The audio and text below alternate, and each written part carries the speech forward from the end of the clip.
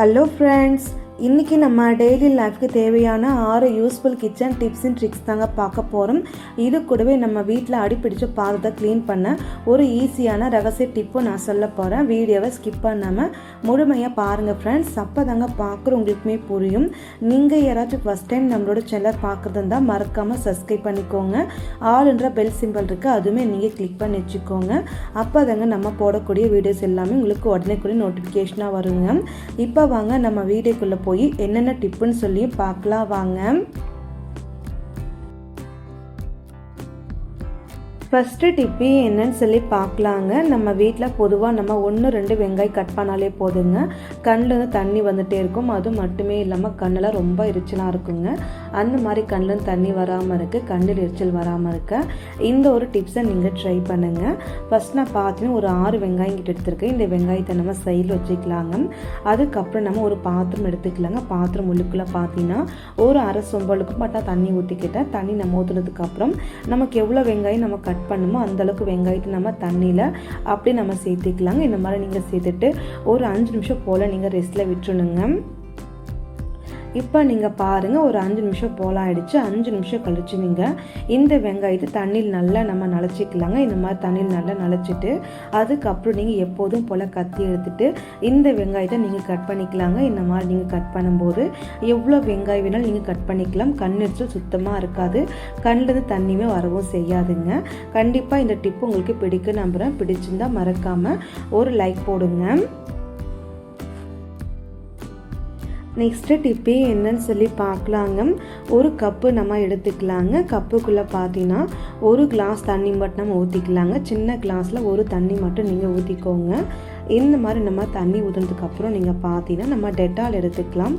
Dettol எடுத்துகிட்டு நீங்கள் ஒரே ஒரு மூடி போல் மட்டும் நீங்கள் டெட்டால் நம்ம சேர்த்துக்கலாங்க. இந்த மாதிரி நம்ம டெட்டால் சேர்த்ததுக்கப்புறம் ஒரு 5 நிமிஷம் போல் நீங்கள் அப்படியே விட்டுருங்க. டெட்டால் தண்ணி நல்லா மிக்ஸ் ஆகி கிடைக்குங்க. அதுக்கப்புறம் இந்த தண்ணியை நீங்கள் ஒரு பாட்டில் ஊற்றிக்கலாம். அப்போல்லாம் நீங்கள் ஒரு ஸ்ப்ரே பாட்டில் நம்ம ஊற்றிக்கலாங்க. நான் இன்றைக்கி ஒரு வாட்டர் பாட்டில் எடுத்துருக்கேன், நான் ஊற்றிக்கிறேங்க. இப்போ பாருங்கள், டெட்டால் லிக்விட் ஃபுல்லாகவே நம்ம வாட்டர் கேனில் ஊற்றியாச்சு. அதுக்கப்புறம் வாட்டர் கேன் கேப்பில் ஒரு சின்ன பின்னுக்கு வச்சு சின்ன ஹோல்ஸ் போட்டு அதுக்கப்புறம் மூடி நல்லா டைட்டாக நம்ம போட்டு விட்டுக்கலாங்க. அதுக்கப்புறம் நீங்கள் கேனை ஒரு டைம் நல்லா நீங்கள் ஷேக் பண்ணிக்கலாங்க. இது எதுக்காகன்னு சொல்லி பார்க்கலாம் வாங்க. நம்ம நிறைய வீட்டில் பார்த்தீங்கன்னா கிச்சன் உள்ளுக்குள்ளே கரப்பான் பூச்சி தொல்லை அதிகமாக இருக்குங்க. அந்த மாதிரி கரப்பான் பூச்சி தொல்லை வராமல் இருக்க இந்த ஒரு டிப்ஸை நீங்கள் செஞ்சு பாருங்கள். நைட் டைமில் பார்த்தீங்கன்னா சிங்க் உள்ளுக்குள்ளே பாத்திரம் ஃபுல்லாக க்ளீன் பண்ணிவிட்டு இந்த டெட்டால் கூட கொஞ்சமாக நீங்கள் அங்கங்கே ஸ்ப்ரே பண்ணி விட்டுருங்க.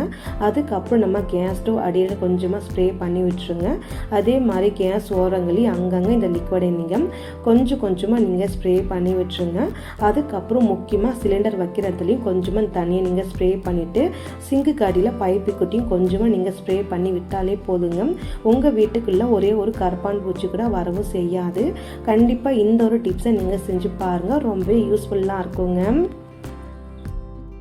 நெக்ஸ்ட்டு டிப்பே என்னன்னு சொல்லி பார்க்கலாங்க. ஒரு பாத்திரம் எடுத்துக்கலாங்க. பாத்திரம் உள்ளுக்குள்ளே பார்த்தீங்கன்னா முட்டை நம்ம சேர்த்துக்கலாங்க.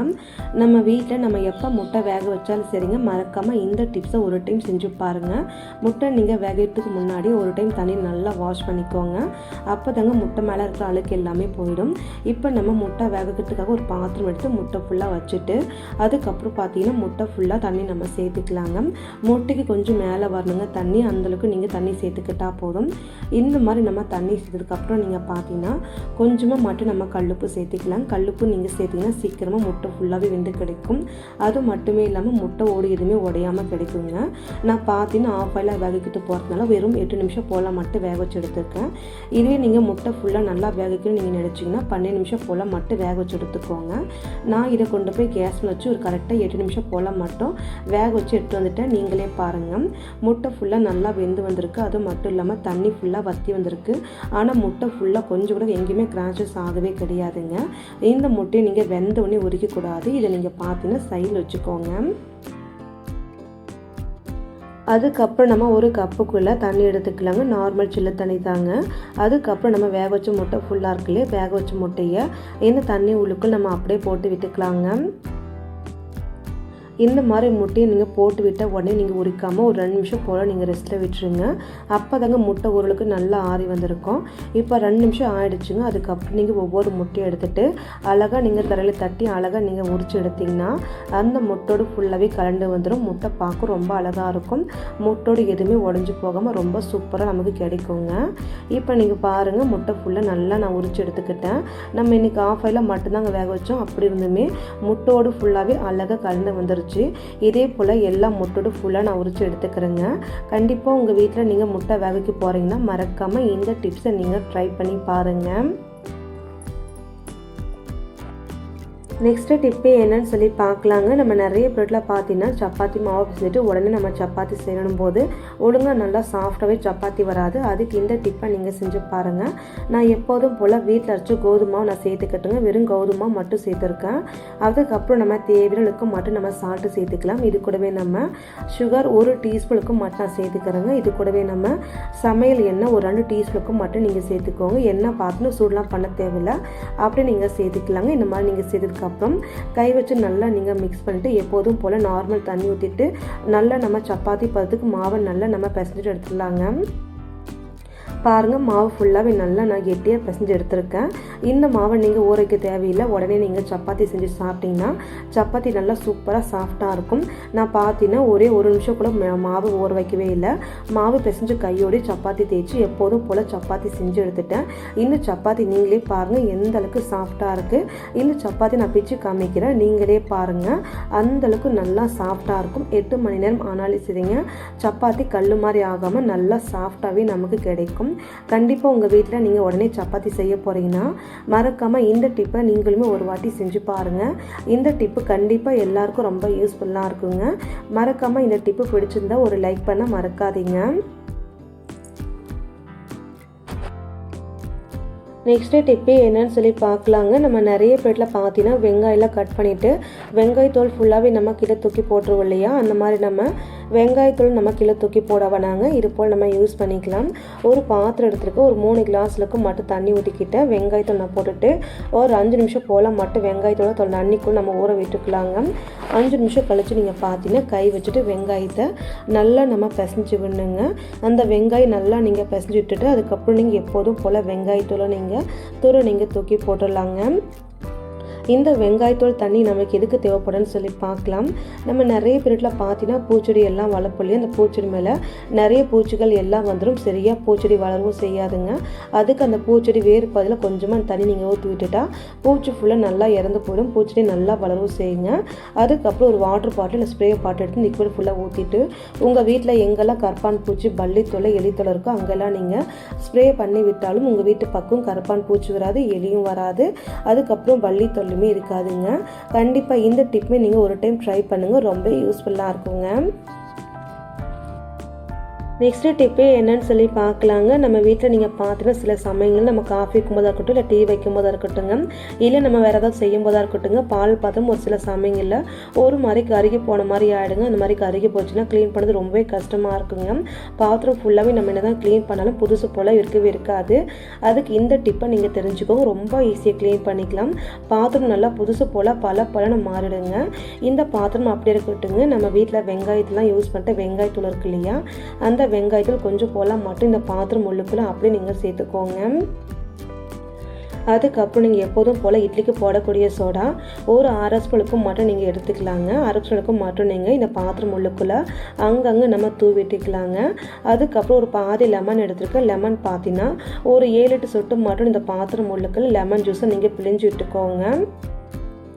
அதுக்கப்புறம் நம்ம தண்ணி சேர்த்துக்கலாங்க. பாத்திரம் எந்த அளவுக்கு அடி பிடிச்சிருக்கோ அந்த அளவுக்கு மட்டும் நம்ம தண்ணி சேர்த்துக்கலாங்க.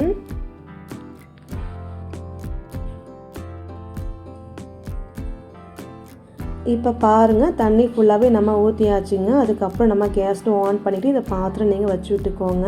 கரெக்டாக நீங்கள் ஒரு 5 நிமிஷம் போல் மட்டும் நீங்கள் மீடியம் ஃப்ளேமில் வச்சிங்கன்னா இந்த தண்ணி நல்லா கொதிக்க ஆரம்பிச்சிடும். இந்த மாதிரி கொதி வரும்போது கேஸ் ஸ்டவ் ஆஃப் பண்ணிக்கலாங்க. தண்ணி கொஞ்சம் ஆறட்டுங்க. தண்ணி பாருங்கள் கொஞ்சம் ஆறி வந்திருக்கு.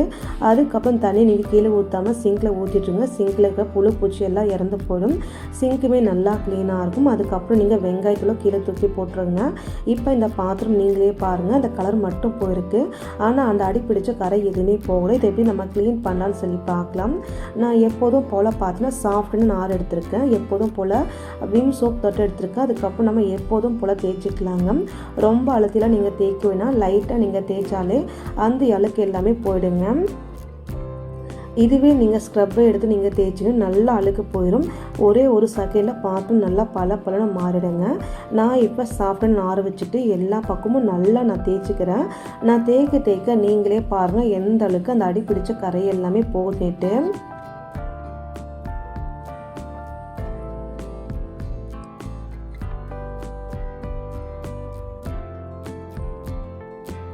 இப்போ நம்ம இந்த பாத்திரம் ஃபுல்லாகவே எல்லா பக்கமும் நல்லா நம்ம தேய்ச்சி எடுத்தாச்சுங்க. அதுக்கப்புறம் நம்ம எப்போதும் போல் இந்த நாரை நம்ம சைடில் வச்சுக்கலாங்க. இது நம்ம க்ளீன் பண்ணிக்கலாம். எப்படி இருக்குன்னு சொல்லியும் பார்க்கலாங்க.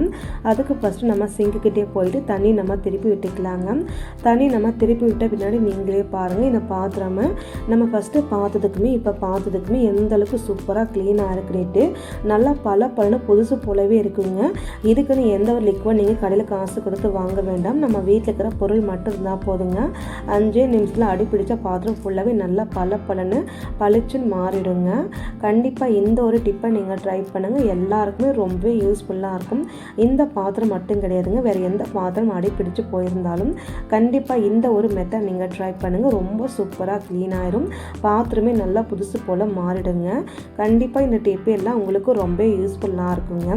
இந்த டிப்பில் உங்களுக்கு ஏதாச்சும் ஒன்று யூஸ்ஃபுல்லாக இருக்குது நீங்கள் நினச்சிங்கன்னா மறக்காமல் வீடியோக்கு ஒரு லைக் பண்ணுங்கள், சப்ஸ்கிரைப் பண்ணுங்கள், ஷேர் பண்ணுங்கள். உங்கள் ஃப்ரெண்ட்ஸ் அண்ட் ஃபேமிலிக்கு ஷேர் பண்ணுங்கள். அவங்களுக்கு யாருக்காச்சும் ஒருத்தருக்கு அது யூஸ்ஃபுல்லாக இருக்குங்க. Thank you friends. மறக்காமல் நீங்களுமே ஒரு டைம் ட்ரை பண்ணுங்கள். தேங்க்ஸ் ஃபார் வாட்சிங்.